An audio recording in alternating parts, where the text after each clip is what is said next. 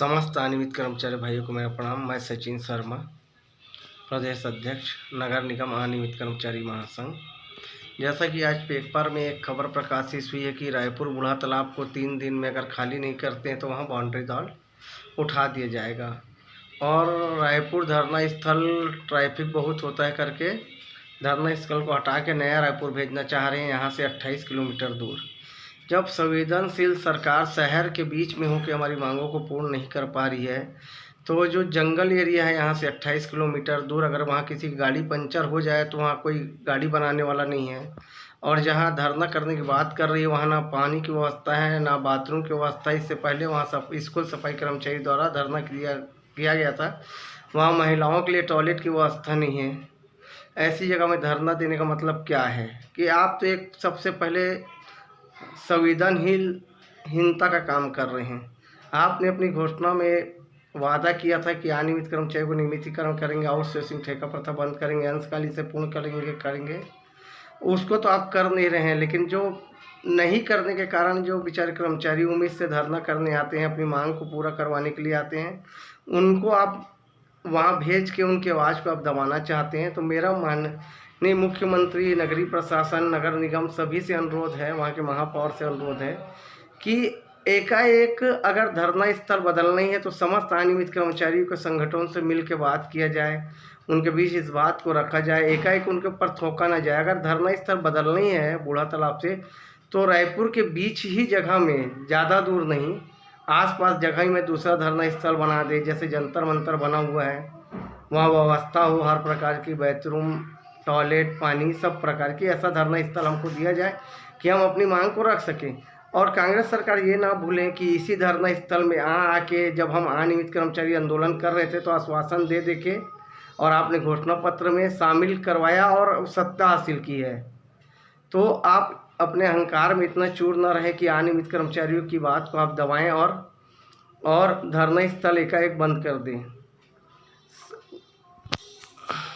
चाहते हैं कि धरना ना हो तो आप अपनी जो घोषणा पत्र में सब शामिल किए उस मांग को पूरी कर दीजिए। कर्मचारी का है धरना करेगा। आप पिछले 4 वर्ष से कर्मचारियों की मांग ही नहीं सुन रहे हैं, सिर्फ कमेटी का खेल खेल रहे हैं। किसी भी कर्मचारी का अभी तक आपने जिसने भी घोषणा करी है, ना आंगनबाड़ी का आप किए थे कि अंशकालीन पूर्ण करेंगे, ना उनको दे रहे हैं, ना अनियमित कर्मचारी को नियमितीकरण करेंगे 10 दिन के अंदर, ना उसको कर रहे हैं। आउटसोर्सिंग ठेका प्रथा बंद कर देंगे 10 दिन के अंदर, ना उसको बंद किए। सिर्फ आप कमेटी का खेल खेल रहे हैं। तो ये 4 साल कमेटी का खेल खेलते हो गया। अब आपका विरोध प्रदर्शन होने का समय आ रहा है। आपका 4 साल बीत चुका है, तो आप धरना स्थल बदल के अनियमित कर्मचारियों को बात दबाना चाह रहे हैं। तो ये सब कहाँ तक सही है, आप ये बताइए। जब आप मांग पूरी नहीं करेंगे तो अनियमित कर्मचारी तो आंदोलन करेगा ही, रोड में उतरेगा ही अपनी मांग को मरवाने के लिए।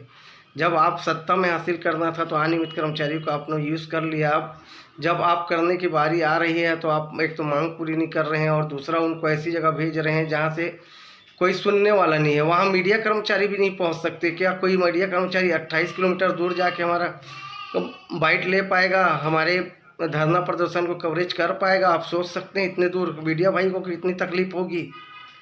आप सिर्फ अपना मत सोचें, संवेदनशील सरकार बने, अनियमित कर्मचारी की सोचें, सभी की सोचें। यहाँ धरना करने वाले से कई गरीब परिवार का पेट पलता है, कई लोग कोई चाट गुपचुप लगाते हैं, कई लोग ठेला लगाते हैं, उनकी भी आवश्यकता की पूर्ति होती है, उनको भी रोजगार मिलता है।